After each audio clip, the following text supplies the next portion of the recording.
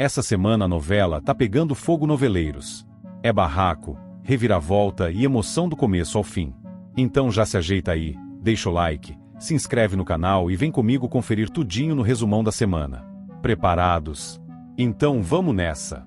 Segunda-feira, 28 de abril. Clarice estava em um estado de tensão indescritível, mas a verdade não poderia mais ser ignorada. De pé, com os olhos fixos em Juliano, ela respirou fundo e, com uma calma cortante, disse: "Eu sei de tudo. Sei o que você fez. Não tem mais como esconder, Juliano. Eu descobri tudo." O silêncio que se seguiu foi opressor. Juliano, tentando se manter firme, deu um passo atrás. A farsa estava desmoronando diante dele, e ele sabia que não teria mais como manipulá-la. Clarice sentiu uma mistura de alívio e raiva. Finalmente, as peças do quebra-cabeça estavam no lugar. Ele, que havia tentado controlar sua vida com mentiras e manipulações, não podia mais escapar. "Você pode ter me dopado e me feito acreditar em tantas mentiras", ela continuou, "mas agora, você vai pagar por tudo isso." Juliano, que até então tinha se mostrado confiante, perdeu um pouco do seu equilíbrio. "Clarice, você não entende. Eu só fiz o que tinha que ser feito", ele tentou justificar. Mas ela não acreditava mais nas palavras dele. Na mesma hora, Beatriz, que acompanhava a conversa de longe, deu um passo à frente, mais determinada do que nunca. "Clarice, você precisa recuperar seu verdadeiro documento de identidade", disse com firmeza. "A única maneira de realmente te libertar disso tudo é você assumir sua verdadeira identidade. E eu sei quem pode te ajudar." Clarice olhou para Beatriz, seus olhos agora mais claros, como se uma nova força estivesse surgindo nela. "E quem seria essa pessoa?", perguntou, curiosa. "Basílio", respondeu Beatriz, sem hesitar. "Ele é a chave para te tirar dessa confusão. Eu sei que ele pode te ajudar a resgatar quem você realmente é. A hora de ser quem você sempre foi chegou." Clarice sentiu um peso cair sobre seus ombros. O destino de sua vida, tão distorcido por tanto tempo, poderia ser finalmente reescrito. Mas ainda havia muito a fazer. Maristela, observando a cena de longe, não podia mais ficar em silêncio. Ela se aproximou de Juliano, que ainda tentava manter sua postura. "Você vai resolver isso agora. Não posso mais tolerar essa situação com a Clarice. Se você não fizer nada, eu mesma tomarei as rédeas disso." Juliano a olhou, irritado. "Você não entende, Maristela. Tem coisas que não podemos simplesmente apagar." Mas Maristela não estava disposta a ouvir desculpas. "Agora é tarde para explicações, Juliano. É hora de você arcar com as consequências." Enquanto isso, Anita, sempre atenta às fragilidades das pessoas ao seu redor, notou a crise de meia-idade de Alfredo. Ele estava se sentindo perdido, com o peso de responsabilidades e o medo do que o futuro lhe reservava. Anita se aproximou com um sorriso acolhedor. "Alfredo, você não está sozinho. Todos passamos por esses momentos, mas o importante é não deixar que eles nos definam." Alfredo a olhou com um misto de surpresa e gratidão. "Eu sei, Anita, mas parece que tudo está desmoronando." Anita, com sua habilidade de enxergar além das aparências, percebeu que o problema de Alfredo não era apenas profissional, mas pessoal. Ela sugeriu: "Vamos dar uma volta, respirar um pouco. Você merece um tempo para si mesmo." Alfredo, embora relutante no início, acabou aceitando. Às vezes, um simples gesto de empatia era tudo que alguém precisava para retomar o controle de sua vida. No entanto, nem todas as notícias eram tão carregadas de tensões emocionais. Raimundo, sempre focado em seu trabalho, comemorava a conquista de um novo cliente para sua empresa. Mas havia um dilema que ainda o incomodava profundamente. Ele sabia que Beatriz, sua garota propaganda, não poderia continuar fazendo seu trabalho devido aos problemas pessoais que estava enfrentando. E agora, ele se perguntava: quem vai ocupar o lugar dela?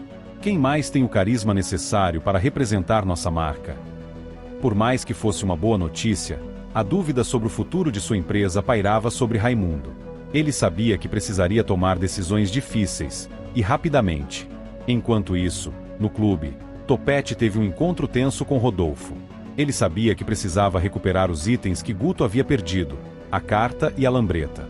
Rodolfo, que havia se apossado das coisas de Guto, estava determinado a mantê-las, mas Topete não era de desistir facilmente. Com uma mistura de ousadia e charme, Topete conseguiu recuperar ambos os itens das mãos de Rodolfo, com um sorriso triunfante. Eu sabia que você não resistiria a uma proposta justa, Rodolfo, disse ele com um ar de vitória. Rodolfo, sem muitas opções, apenas observou enquanto Topete partia com os itens recuperados. A vitória de Topete, embora pequena, trouxe-lhe uma sensação de justiça. Ele sabia que Guto ficaria feliz com a devolução de suas coisas, e isso bastava para ele. Entretanto, Juliano, com a pressão aumentando a cada momento, decidiu inventar uma história para encobrir suas ações. Clarice, ele disse com um tom de voz mais baixo, como se estivesse revelando um segredo, você foi responsável pela morte de Valéria. A afirmação caiu como uma bomba no ambiente. Clarice, atonita, não sabia como reagir. Como Juliano ousava acusá-la de algo tão grave? Mas ele continuava, aparentemente convencido de que a mentira era sua única saída. Clarice, no entanto, já não acreditava em suas palavras. Ela sabia que Juliano estava tentando manipular ainda mais a situação, tentando colocar a culpa nela para salvar a própria pele. Não haveria mais espaço para mentiras. Você está mentindo, Juliano, ela respondeu com a voz firme. E eu vou provar isso. O jogo de manipulações e verdades escondidas estava prestes a chegar ao fim, e Clarice estava mais determinada do que nunca a descobrir o que realmente aconteceu com Valéria e a recuperar sua vida. Terça-feira, 29 de abril. Juliano, pressionado pelas verdades que estavam vindo à tona, resolveu partir para o ataque. Diante de Clarice, e com o semblante endurecido, ele soltou: você é uma criminosa. Está tentando se fazer de vítima, mas foi você quem acabou com Valéria. A acusação, embora absurda, foi dita com convicção. Clarice, abalada por dentro, permaneceu firme por fora. Você não vai me enlouquecer de novo, Juliano. Eu sei o que você está tentando fazer. Enquanto Juliano tentava jogar Clarice contra todos, Bia confrontava Beatriz com a raiva que vinha acumulando. Beatriz encarou Bia com firmeza e afirmou que sabia de suas mentiras. Bia tentou se defender, mas Beatriz foi direta ao dizer que ela precisava parar com as armações e assumir responsabilidade pelos próprios atos. O clima ficou tenso, e Bia, sem saída, ficou em silêncio diante da acusação. Na casa de Eugênia, o clima era outro. Preocupada com os últimos acontecimentos, ela chamou Guto para uma conversa séria. O Topete está começando a juntar as peças, alertou. Se ele descobrir tudo o que aconteceu com aquela carta, com a lambreta, com o dinheiro do clube, vai virar um escândalo. Guto, desconcertado, tentou minimizar. Ele não tem provas. Mas Eugênio cortou. Ele tem determinação, e isso vale mais que prova quando alguém quer descobrir a verdade. Sentindo o cerco se fechar, Clarice resolveu confiar em quem sempre esteve ao seu lado. Ela procurou Teresa, segurando um envelope nas mãos. Teresa, preciso que você guarde isso para mim. É o meu verdadeiro documento. Se algo acontecer comigo, você sabe o que fazer. Teresa ficou em choque com a confiança que recebia. Você pode contar comigo, respondeu, emocionada. Mas, Clarice, você está correndo perigo, não está? A resposta veio apenas com um olhar firme. Clarice já sabia que não podia mais recuar. Enquanto isso, Maristela, temendo que sua autoridade na família estivesse sendo questionada, decidiu convocar uma nova sessão para avaliar a saúde mental de Clarice. Se há dúvidas sobre sua sanidade, elas devem ser resolvidas oficialmente, disse ela. A decisão pegou alguns de surpresa, mas não Juliano. Ele via nessa sessão uma última esperança de descredibilizar Clarice. Só que o jogo estava virando. Juliano começou a notar o distanciamento de Clarice, e isso o incomodava profundamente. Pela primeira vez em muito tempo, ela estava fora do controle dele. Ele sentia que estava perdendo tudo, e o medo consumia. Tentou conversar, tentou manipular, mas Clarice já não caía em suas armadilhas. O silêncio dela, firme e calmo, era a maior resposta. Do outro lado da cidade, Basílio trabalhava em silêncio e com foco. Finalmente, conseguiu as provas que tanto procurava. Documentos e registros que comprovavam que a perfumaria carioca havia sabotado o novo produto da Gente Fina. Ele segurava aquelas folhas como se fossem ouro. Com isso, eles não têm mais como escapar, disse a si mesmo. Aquilo era mais do que uma vitória. Era justiça. E foi justamente com esse espírito de justiça que Clarice recebeu Zélia em sua casa. A governanta, que há tempos escondia mais do que dizia, decidiu abrir o jogo. Eu não sou quem você pensa que eu sou, confessou, com a voz embargada. Minha história se mistura com a dos Alencar muito antes de você chegar aqui. Clarice ficou atenta. O que você está tentando me dizer, Zélia?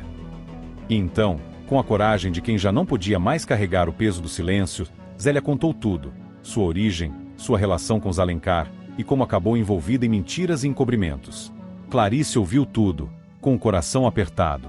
Você sabe quem sou eu, não sabe? Perguntou. E Zélia assentiu, com lágrimas nos olhos. Sei. E também sei o quanto te esconderam. A revelação veio como um soco no estômago. Clarice agora sabia que sua história era ainda mais complexa do que imaginava. Mas ao mesmo tempo, sentia-se mais forte. Sabia que a verdade estava prestes a emergir. No escritório de Raimundo, o dia prometia ser promissor. Uma reunião importante com investidores estava prestes a começar, quando a porta se abriu com um estrondo. Era Bia, furiosa. Eu preciso falar com você. Agora! Raimundo, surpreso com a interrupção, tentou contornar a situação. Estamos em reunião, Bia. Podemos conversar depois. Mas ela não arredava o pé. O que, afinal, aquela menina tinha para dizer que fosse tão urgente? A presença de Bia ali era o início de mais um conflito, e talvez, de novas verdades vindo à tona. A cada passo, a história de Clarice se reconstruía. Entre mentiras, acusações e alianças improváveis, ela caminhava para uma libertação que custaria caro, mas que prometia, finalmente, devolver-lhe a própria vida. Quarta-feira, 30 de abril. Beatriz decidiu abrir seu coração para Fred. Cansada dos segredos, confessou tudo o que vinha sentindo desde que as acusações começaram a rondar seu nome. Com a voz firme, ela contou sobre as suspeitas injustas e o quanto estava sendo difícil lidar com a pressão. Fred, sereno, escutou cada palavra. Quando Beatriz terminou, ele respirou fundo e revelou que já sabia da acusação de roubo envolvendo o colar. Disse que desconfiava da origem da peça desde o primeiro momento em que ela apareceu, mas preferiu aguardar até que tudo se esclarecesse. O clima entre os dois foi de cumplicidade, e Beatriz, aliviada, decidiu levá-lo até o clube Gente Fina para que ele entendesse melhor o ambiente em que tudo acontecerá. Enquanto isso, Zélia e Clarice, depois de tantos desencontros, se uniam com um objetivo em comum: enfrentar os Alencar. As duas, cada qual com suas feridas, perceberam que estavam do mesmo lado e que apenas juntas poderiam desmascarar os jogos sujos da família que por tanto tempo usou o poder como escudo para seus crimes. Zélia, cada vez mais certa de que precisava reparar os erros do passado, entregou documentos a Clarice que poderiam ser cruciais no acerto de contas com Juliano e Maristela. Do outro lado da cidade, Clarice, cada vez mais perturbada pelas lembranças nebulosas da noite em que Valéria desapareceu, desabafava com Beatriz e Glorinha. Pela primeira vez, admitiu a possibilidade de ter tirado a vida de Valéria, mesmo que sem intenção ou plena consciência. O silêncio entre as três foi carregado de tensão, e Glorinha, emocionada, segurou a mão da amiga, garantindo que estariam com ela até o fim, acontecesse o que acontecesse. Ainda envolta em dúvidas e assombrada pela falta de respostas, Clarice decidiu procurar Juliano. Em um encontro carregado de tensão, ela o encarou nos olhos e exigiu saber onde estava o corpo de Valéria. Juliano, sempre dissimulado, tentou desviar, insinuando que Clarice estava confusa, mas ela não se deixou enganar. Se eu fiz alguma coisa, você sabe. E se você fez, eu vou descobrir, afirmou com firmeza. Enquanto os conflitos se intensificavam, o amor também encontrava espaço para florescer. Sérgio e Jacira, depois de tantas idas e vindas, decidiram reatar o namoro. O reencontro foi simples, mas cheio de emoção. Sérgio levou flores do campo, como fizera na primeira vez em que a cortejou, e Jacira, sorrindo com o coração leve, aceitou recomeçar ao seu lado. Os dois se abraçaram sob a varanda da pensão, com a promessa de que, desta vez, enfrentariam juntos o que viesse. Na boate, a agitação era outra. Lígia, sempre atenta, descobriu uma infestação de insetos nos fundos do espaço. Desesperada com a possibilidade de interdição, ela comentou o problema com Celeste, que prontamente ofereceu sua casa para que a mãe pudesse se instalar até tudo se resolver. Aqui você vai ter paz, e eu cuido de você como você sempre cuidou de mim, disse Celeste, emocionando a todos à sua volta. No entanto, uma nova inquietação começava a se formar nos bastidores da mansão Alencar. Zélia, desconfiada desde o início da morte de Geraldo, decidiu confrontar Alcina. A conversa foi dura. Zélia exigiu saber se o falecimento havia sido mesmo natural ou se havia mais por trás do ocorrido. Alcina, acuada, tentou fugir do assunto, mas Zélia, com o olhar afiado, percebeu que algo estava errado. Depois, sozinha com documentos antigos em mãos, Zélia confirmou: Geraldo não havia morrido. A notícia a fez tremer. Se ele está vivo, por que esconder isso? Murmurou para si mesma. Em meio a esse turbilhão, Clarice teve uma nova conversa com Juliano. Ela, que já não confiava em mais nada vindo dele, afirmou com veemência que queimou seu documento original. Era uma forma de se libertar da identidade falsa que lhe foi imposta e tentar reconstruir sua história. Juliano, furioso, ameaçou revelar segredos antigos, mas Clarice se manteve firme. Eu não tenho mais medo de você, respondeu, deixando-o transtornado. A tensão crescia também entre Maristela e Basílio. Após dias de troca de acusações, Basílio decidiu usar sua carta na manga. Ele chantageou Maristela com provas de que ela participou ativamente de decisões que colocaram a saúde mental de Clarice em risco.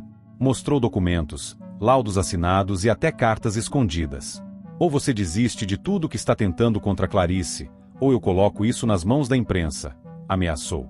Maristela, pálida, engoliu em seco e não teve outra escolha a não ser recuar temporariamente. O cenário no clube Gente Fina era de tensão, mas também de esperança. Com Fred ao seu lado, Beatriz começou a visualizar possibilidades de recomeço. Já Zélia, cada vez mais envolvida na conspiração contra os Alencar, preparava as provas que entregaria a Clarice para desmascarar de vez a rede de manipulações que mantinha a família no poder. E no fundo de tudo, um sentimento crescia entre os personagens. A certeza de que a verdade, ainda que dolorosa, estava mais próxima do que nunca. Cada passo, cada revelação, cada reencontro, contribuía para que os segredos enterrados começassem a vir à tona, e que, com eles, viesse também a libertação de todos os que foram vítimas das mentiras que assombraram a cidade por tanto tempo. Quinta-feira, 1 de maio. Beatriz decidiu abrir seu coração para Fred.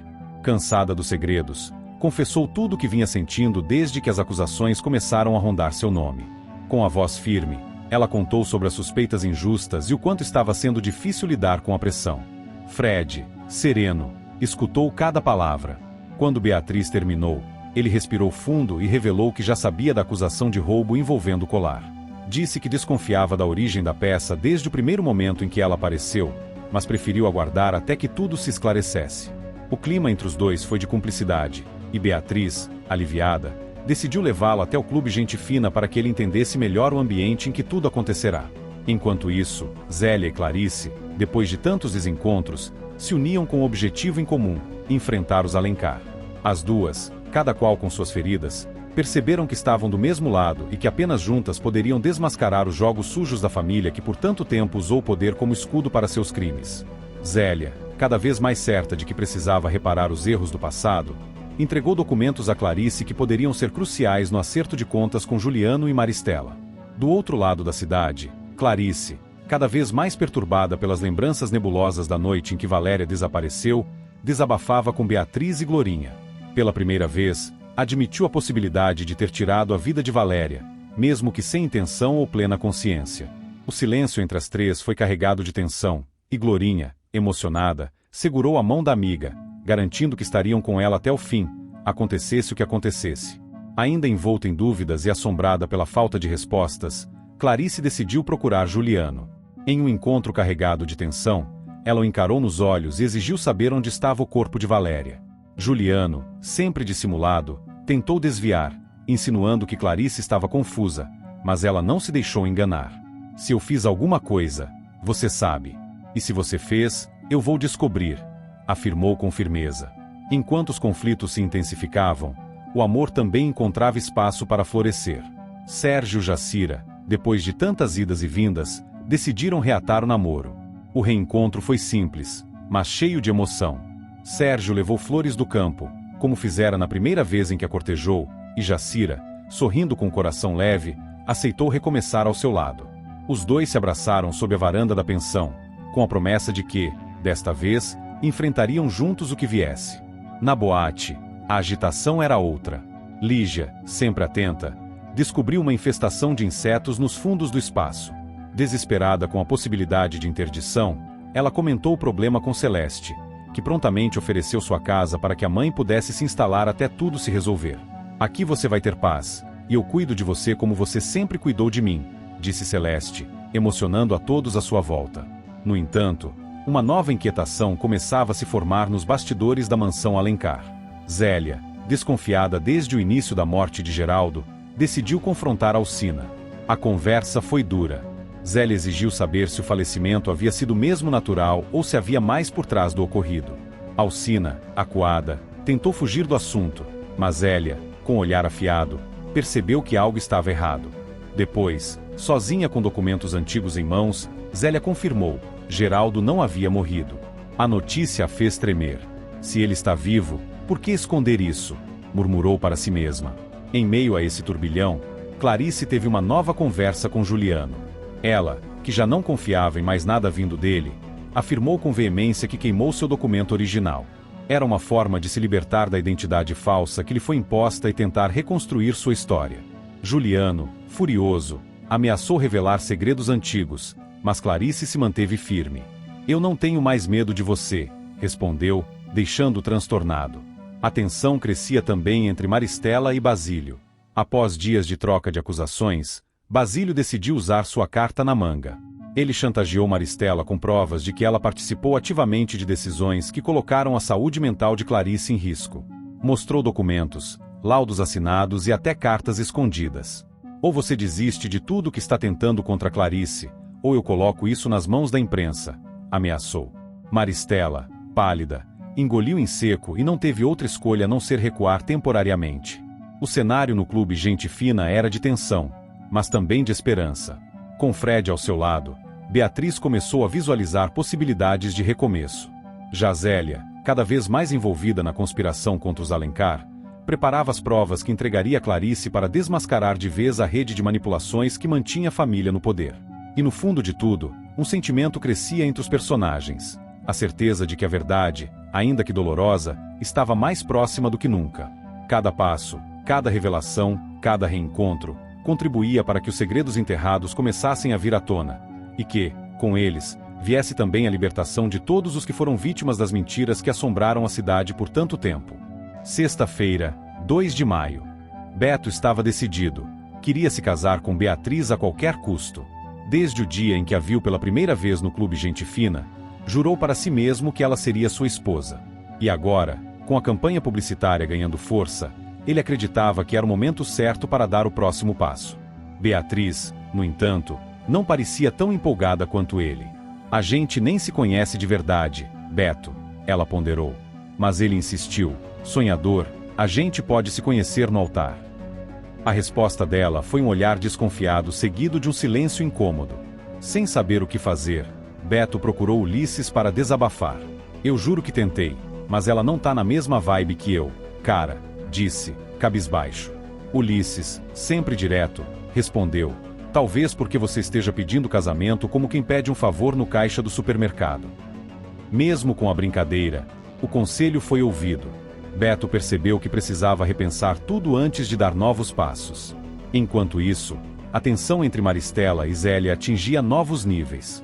Maristela, ao saber que Zélia vinha se aproximando cada vez mais de Clarice e até se metendo nos assuntos da presidência da perfumaria carioca, decidiu encarar a rival. Você se meteu demais onde não devia, Zélia. Tá cavando a própria ruína. Zélia não recuou. A única coisa que eu cavo é a verdade. E você devia tentar fazer o mesmo. A conversa foi rápida, seca e recheada de farpas. Não havia mais disfarces entre elas. Teresa, preocupada com os surtos de memória de Clarice e os sinais claros de manipulação psicológica vindos de Juliano, resolveu tomar uma atitude. Levou a amiga a uma sessão de hipnose com uma terapeuta de confiança. Talvez, com isso, você consiga puxar de volta o que está aí dentro, bloqueado, disse. Clarice, receosa, aceitou. Durante a sessão, flashes desconexos surgiram, um grito, um colar, uma mão empurrando. Clarice acordou trêmula. Ainda não tinha todas as respostas, mas uma certeza crescia. Juliano estava mentindo para ela. Zélia, cada vez mais impaciente com o jogo sujo de Basílio, foi ao escritório dele e não mediu palavras. Você acha mesmo que vai continuar enganando todo mundo?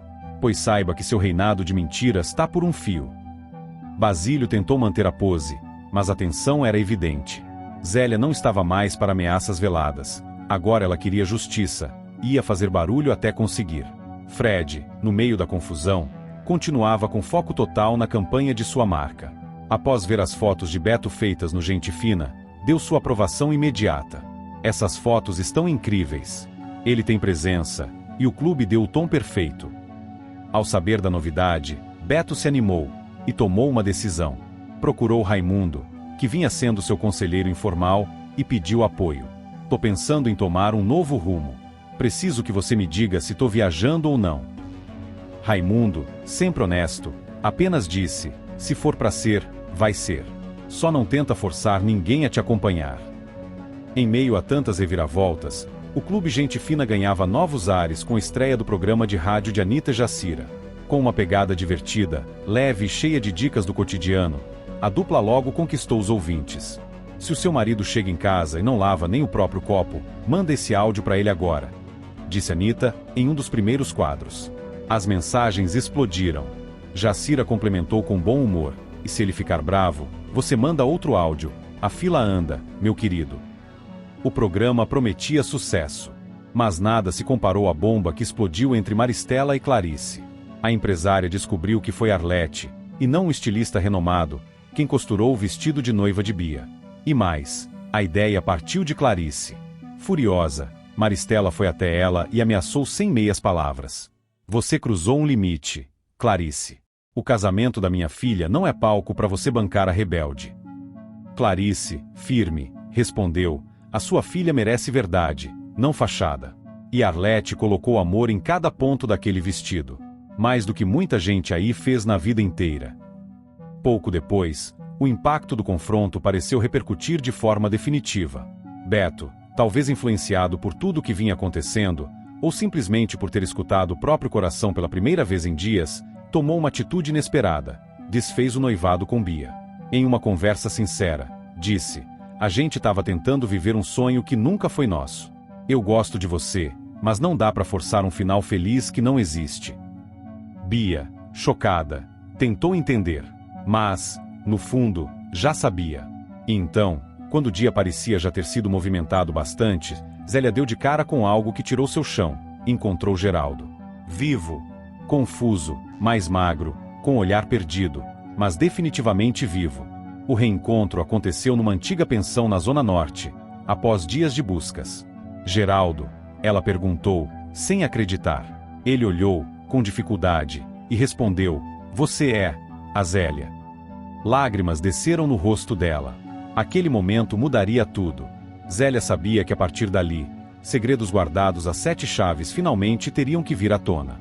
E dessa vez, ninguém escaparia ileso. Sábado, 3 de maio. Zélia não esperou nem o bom dia. Assim que entrou na pensão onde encontrara Geraldo no dia anterior, foi direto ao ponto: chega de silêncio. Eu quero saber onde está o corpo da Valéria. A pergunta, seca como um tapa, deixou o homem ainda mais abalado. Pálido, com a voz embargada, ele hesitou. Você não entende, Zélia. Não é tão simples. Ela se aproximou, firme. Ou você fala agora, ou eu vou direto para a polícia. A tensão no quarto era palpável. Algo ali ainda estava escondido, e ela não ia descansar enquanto não soubesse o que. Enquanto isso, Clarice seguia imersa em fragmentos do passado. Uma nova lembrança surgiu, o som de uma discussão, o estalo de um objeto quebrando e, de repente, um silêncio brutal. Ela se encolheu, assustada com o que aquilo podia significar. Sem saber o que fazer, procurou Teresa. Eu tô lembrando de mais coisas, e não sei se suporto o que ainda tá por vir. Teresa a abraçou, solidária. Vamos lidar com isso juntas. Uma coisa de cada vez. Na outra ponta da cidade, Ronaldo e Celeste viviam seu próprio drama. Flagraram Lígia e Raimundo juntos. E não era só uma conversa casual. Era um beijo. A cena pegou os dois de surpresa, principalmente Ronaldo, que engasgou com o próprio refrigerante. Mas gente, soltou Celeste, sem conseguir disfarçar o choque. Raimundo afastou-se rapidamente. Não é o que parece. Tentou justificar, mas ninguém acreditou. O mal-estar se espalhou feito rastilho de pólvora. E o almoço que estava marcado para depois virou um silêncio constrangedor. Alfredo, por sua vez, parecia em paz, pelo menos até provar os chocolates feitos por Alfonso. Ele experimentou um, fez uma careta concentrada e, depois de um longo suspiro, disse: "Tá gostoso. Surpreendentemente bom." Mas por dentro, uma pontinha de ciúmes lhe mordia o ego. "Esse menino tá ficando popular demais", pensou, tentando disfarçar a insegurança com sorrisos falsos. O pior era saber que até os vizinhos agora pediam os docinhos do Alfonso. No Gente Fina, Fred aproveitava o embalo da nova campanha e levou um grupo de turistas para conhecer o clube. Com o charme que lhe é peculiar, apresentou o lugar como se fosse um ponto turístico histórico. Aqui foi onde tudo começou. A elite carioca se encontrava, os romances floresciam, e hoje, vocês podem experimentar essa energia ao vivo. Os turistas adoraram, e ele já calculava mentalmente o lucro que uma parceria com agências de viagem poderia render. De volta ao conflito central, Clarice começava a montar as peças do quebra-cabeça. Em conversa com Teresa, ela finalmente soltou o que mais a incomodava. "Eu acho que o Juliano e a Maristela querem me afastar da Bia, a menos que ela se case. E rápido." Teresa, assustada, perguntou: "Você tá dizendo que estão usando o casamento da sua filha para te tirar do caminho?" Clarice assentiu, com os olhos cheios d'água. "Se ela casar, eles conseguem o que querem. Mas se eu tiver com ela, atrapalho." Era um plano cruel, e muito mais real do que Teresa gostaria de admitir. Enquanto isso, Beto continuava perdido entre o fim de um noivado e o início de uma nova decisão. A conversa com Raimundo o havia deixado pensativo. Depois de alguns dias de silêncio e muito café, procurou Bia. "Acho que a gente merece tentar. De verdade. Agora. Sem pressão." Bia, após todos os altos e baixos, parecia menos impulsiva e mais receptiva. "Você tá dizendo que quer casar comigo, mesmo depois de tudo?" Beto segurou sua mão. "Tô dizendo que quero casar com você apesar de tudo. A gente tem nossas confusões, mas também tem um sentimento. E isso vale alguma coisa." Dessa vez, ela sorriu. E aceitou. Alfredo, claro, não conseguiu esconder o desconforto. Com os preparativos do casamento acontecendo a todo vapor, e Alfonso sendo o centro das atenções com seus doces que encantavam até os mais azedos, ele se sentia completamente deslocado. "Eu que sempre fui o festeiro da família, agora sou só o tio reclamão", questionou-se, enquanto observava Alfonso sendo elogiado por todos no Gente Fina. Até Topete pediu receita. "Isso aqui tá melhor que muito chocolate importado, viu?", comentou, enchendo os bolsos com os brigadeiros. Em paralelo, Maristela ainda não digerira o golpe que levou com o vestido de noiva de Bia sendo costurado por Arlete. E agora, com o noivado refeito, ela sentia que precisava recuperar o controle de alguma forma. "Essa história não vai acabar bem para Clarice, pode anotar", comentou com Juliano, que, por sua vez, já começava a sentir o cerco se fechando com os novos movimentos de Zélia e as desconfianças de Clarice. E por falar em Zélia, ela seguia firme. Após o reencontro com Geraldo, não descansou um segundo. Chegou a confrontar Pereira, pressionando por respostas sobre o suposto corpo ou a falta dele. E agora, com Geraldo de volta e visivelmente traumatizado, ela não queria só a verdade, queria justiça. Valéria pode até estar morta, mas a sujeira que encobriu isso tudo ainda vai vir à tona. Naquele mesmo dia, Clarice sentiu algo diferente. Mais forte. Pela primeira vez em muito tempo, sentiu que não estava mais sozinha. Com Teresa ao seu lado, Beto ao lado de Bia e Zélia cavando fundo a verdade, ela percebeu, ainda havia uma chance. Mas sabia que o tempo era curto, e o perigo ainda espreitava. Principalmente vindo de quem, até pouco tempo atrás, ela chamava de marido. E acabou o resumão de hoje. Se a novela tá boa, imagina o resumão de amanhã. Então se inscreve aí e vamos fofocar juntinhos no próximo vídeo, porque aqui a gente vive de resumo, emoção e um pouquinho de confusão.